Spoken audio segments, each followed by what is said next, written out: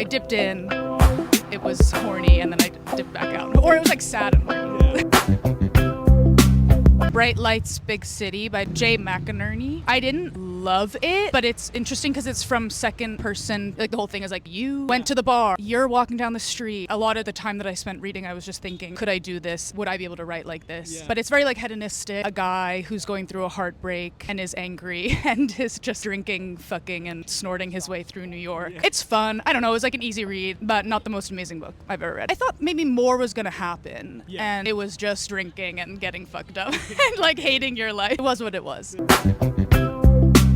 Dangerous Angels, which is like a collection by Francesca Lia Bloch. She did a series called the Weetzie Bat series, and it's, I guess, young adult. It's a bit edgier. It's very like surreal. Anyway, this was a book of a lot of different stories in one. And a friend of mine, Kay Kasperhauser, told me that she read this when she was young, and it like completely changed who she was. And I didn't finish it because I took it to King Spa the day before New Year's, and you're just walking around naked with like a book that I, for some reason, thought I was gonna like read in the sauna, and obviously because you don't have anywhere to put it, I left it like after I got out of a bath, and it's just in King Spa in New Jersey. I hope somebody there is reading it. It was so good, and I was actually really sad to lose it. Kathy Acker. I just think that when I was introduced to her at age 20, and I was writing a bit at the time, maybe felt a little bit stuck or like confused about what I was doing, and then I was just like, whoa, you can do anything the fuck you want. You're fine. You just like go crazy. It like blew up my whole concept of what writing and reading could be. And so she holds a really special place in my heart. And even though I think as I grew older, it's like harder for me to read her books because they are so experimental and a lot of tough, violent topics. It's not that I would pick her book up any time and just read through it, but she holds such a special place in like my heart for what she did for me in regards to how I felt about writing and reading. Now I've kind of come full circle. I'm like, maybe it's nice if things are like readable in a more direct way, but it was good to have a few years where I was like, I don't care if anyone gets it, you know?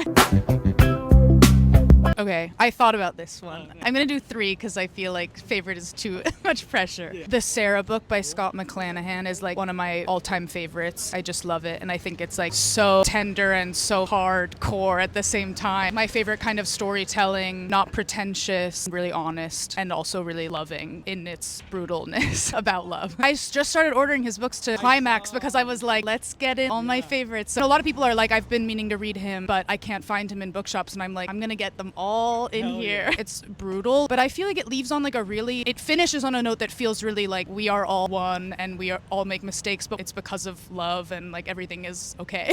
Suicide Blonde by Darcy Steinke, whose daughter I grew up with and was like always around Darcy, and I didn't really know anything about her books. Obviously I was like too young to read them, and then I binged them all, and Suicide Blonde just like blew my mind. I love like everything about it. It's so creepy and perfect, and like I just love it, and I think that she's like generally underrated. And I think Suicide Blonde should be made into a movie. Putting that out there. Baise-moi by Virginie Despentes. It's like a French writer. The book was like pretty banned in France. A story of 2 girls who go on kind of like a killing spree through France. They don't know each other at the beginning of the book, and then they meet and they have this incredible friendship develop through like all these extreme acts of violence that they're also doing at the same time, but there's also a love story element / female friendship. I read it a few years ago and I was just also blown away. And I just like love this is not a road trip story, but I love a trip, a kind of a journey story like that. So the form of it. And she's just like a really wild, she wrote a bunch of other books, and she made a movie out of Baise-moi that was like banned everywhere. The main characters are played by sex workers or like porn stars who were like popular in France at the time, and then they play these 2 like killers in the movie. It's like really nuts, and it's been banned everywhere. I found a copy of it, and I've been wanting to do a screening of the film in New York somewhere, but I haven't even watched it yet because I don't have like a CD player, and I think it's like really insane. I shouldn't say this, but I don't really fuck with Patti Smith like that, and I think Just Kids is an overrated book that when I read it, I haven't read it in a long time, but it felt really name-droppy to me in a way that I just like was not interested in. And I feel like people really are like, they're always, oh, you're from New York, you must love, and I'm kind of like, but whatever, I don't know. That was her life. It's like she was just around people but it felt, I don't really like a gossipy, name-droppy, but she was also just like in a lot of cool rooms, so like kudos to her, but it's just not my thing. Particularly for overrated, because people really are like, it's like the #1 book. Girls, Visions, and Everything by Sarah Schulman. I read it at the beginning of every summer because it really gets me into like a New York summer mindset somehow. The main character is just wandering and just bumping into people and has really amazing relationships with both women that she's in relationships with romantically and then also the guy who sells crack on the corner. It's just like one of those books that for me really feels like walking around New York, having nothing to do, having all of these wonderful creative interactions with people. And I think it's just like so sweet. And she was around during a time that a lot of other writers from that period I think are very like lauded New York writers. And I just like hear her name less often. Yeah. So underrated. And she's reading at an event that I'm putting on in March. And it's like really a big moment for me because I'm like such a fan.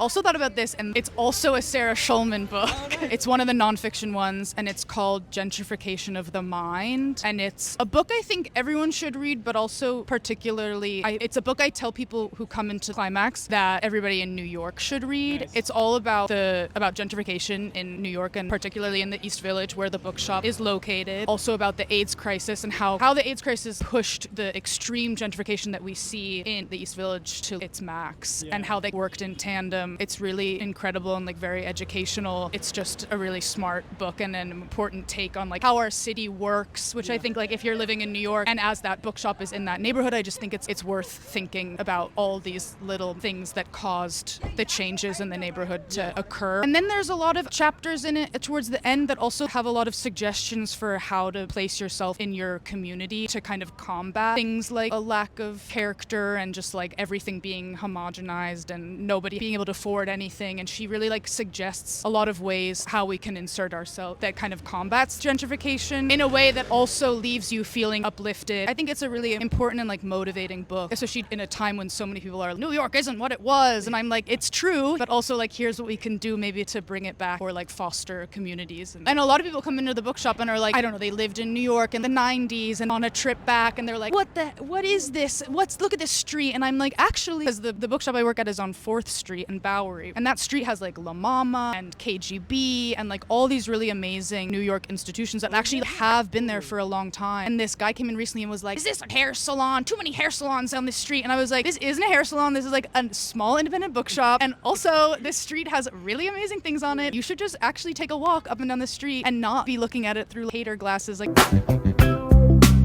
I'm going to say one that my mom has told me to read every single time I see her, which is Blonde by Joyce Carol Oates. And it's just such a huge book. It's like a fictionalized retelling of Marilyn Monroe's life. She tells me to read it. She's left it at my house. It's like this big. And I'm just always like, yeah, I'll read it. But I should just sit my ass down this winter when I'm not leaving the house and just read it. I feel like I kind of touched upon it with the Girls' Visions and everything, but I like when you're having like a perfect day where it's like you start your day, you leave your house, and then so many things just unfold. You like walk into a weird store and have some strange interaction with like a fruit seller, and then you walk outside and you bump into a friend, and then that friend is like, we're going to Coney Island, and then all this, and you're like, a day that unfolds in this really natural way and that is filled with like lots of different weird little adventures. I like when I read a book and it feels like every corner there's a new funny weird character and a new story and unfolds in a way that makes me excited to be living in the world again. Yeah. Among other like darker things, a lot of the books that I mentioned are like not making you feel that way, but generally, yeah, where you just feel like you're invigorated by being reminded of how many great characters and how many strange rabbit holes you can go down. Nice, great. Cute. Being here with you, I can't explain.